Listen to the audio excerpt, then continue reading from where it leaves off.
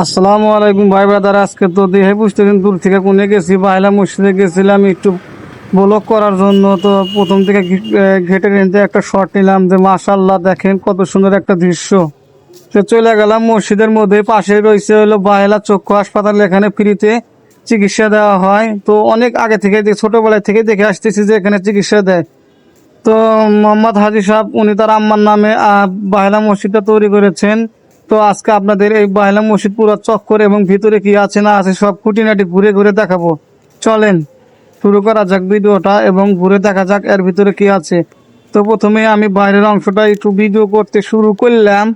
তো আশেপাশে ঘুরে দেখাইতেছি আপনাদের, দেখেন কত কি আছে, কত সুন্দর ফুল লাগাই না।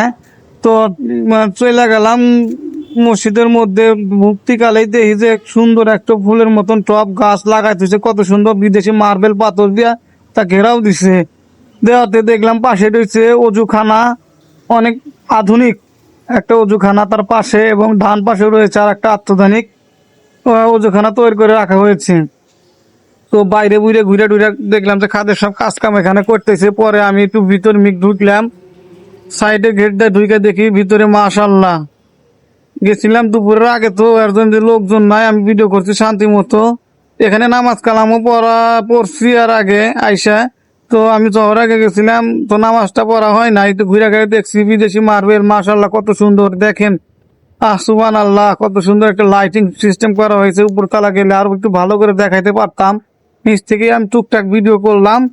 তো করে আশেপাশে একটু ঘুরে ঘুরে দেখলাম কি শান্তি না ঠান্ডা, ভিতরে এসি নাই কিছু নাই, তারপরে ওই ফ্যানের বাতাসে নাকি খুব ঠান্ডা হয়ে যায়।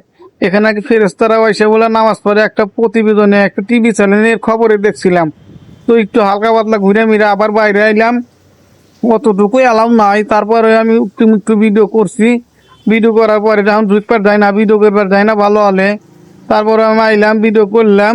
কইরা টইরা আপনি করে একটু দেখাবেন নিকে, কষ্ট করে বলি ভিডিও করছি, যা দেখাইছি এতে আপনি ঘুরে খুশি হয়েছেন কি বেজার হয়েছেন জানি না। তারপর একটু ভিডিও করলাম। এই দেখেন বাহেলা মসজিদটা দেখেন কত সুন্দর করে গেছে, তার পাশে দেখছেন বাগান, ফুলের বাগান এত সুন্দর করে সাজাইছে, তা কর মতো না, আকর্ষণীয় ও ভালো রকম ফুল টুল আছে। এখন আমার দেহা শেষ। তারপরে আমি কইলাম যে যাই, এখন আইছিলাম মাঠে, আইসি একটু ভিডিও বানাতে গেলাম। আমরা তো প্রফেশনাল ব্লগার না।